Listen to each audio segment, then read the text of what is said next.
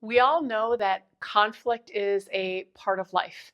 Whenever you have two entities, two groups of people, or two individuals, at some point we're not going to be on the same page. And one of the things that I've learned over time that has again been resurfacing lately that I think might be helpful is to rethink and reframe how we go about conflict. See, so often we see conflict as a bad thing or as an opportunity to assert our rightness and make someone else wrong. And it becomes this battle of two wills and who can just last longer, if you will. But really, if we think about it, conflict can be a really productive tool to strengthen relationships. And it's nothing more than a call to creativity, a call to creativity to find a win win where two parties can both get their needs met. And more often than not, when we are in conflict, we're in conflict over very specific strategies that we get really attached to and really married to that we think are the only way our needs can be met. And the reality is that when we get clear about our needs, there are a lot of different ways those needs can be met. And at the core of almost every core human need we have are the needs to feel like we matter and the needs to feel like we are seen and heard.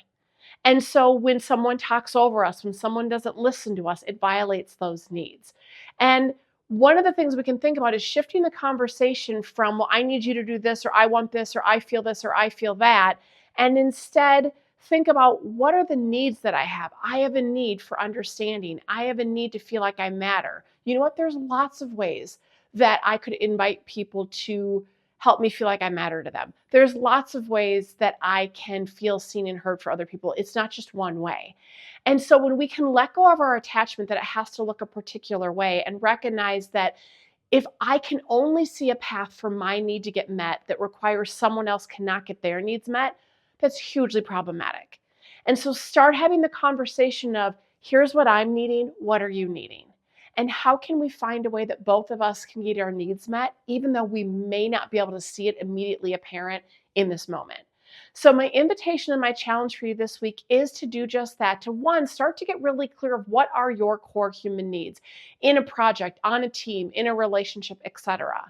And then communicate those needs to other people and also ask them what their needs are. And start to shift the conversation.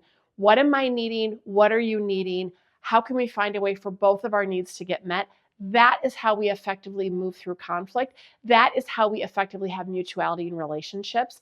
And that is how we grow stronger together. I would love to hear what opens up for you as you put this one into practice. And remember, when you get clear about your needs, never let anyone dull your sparkle.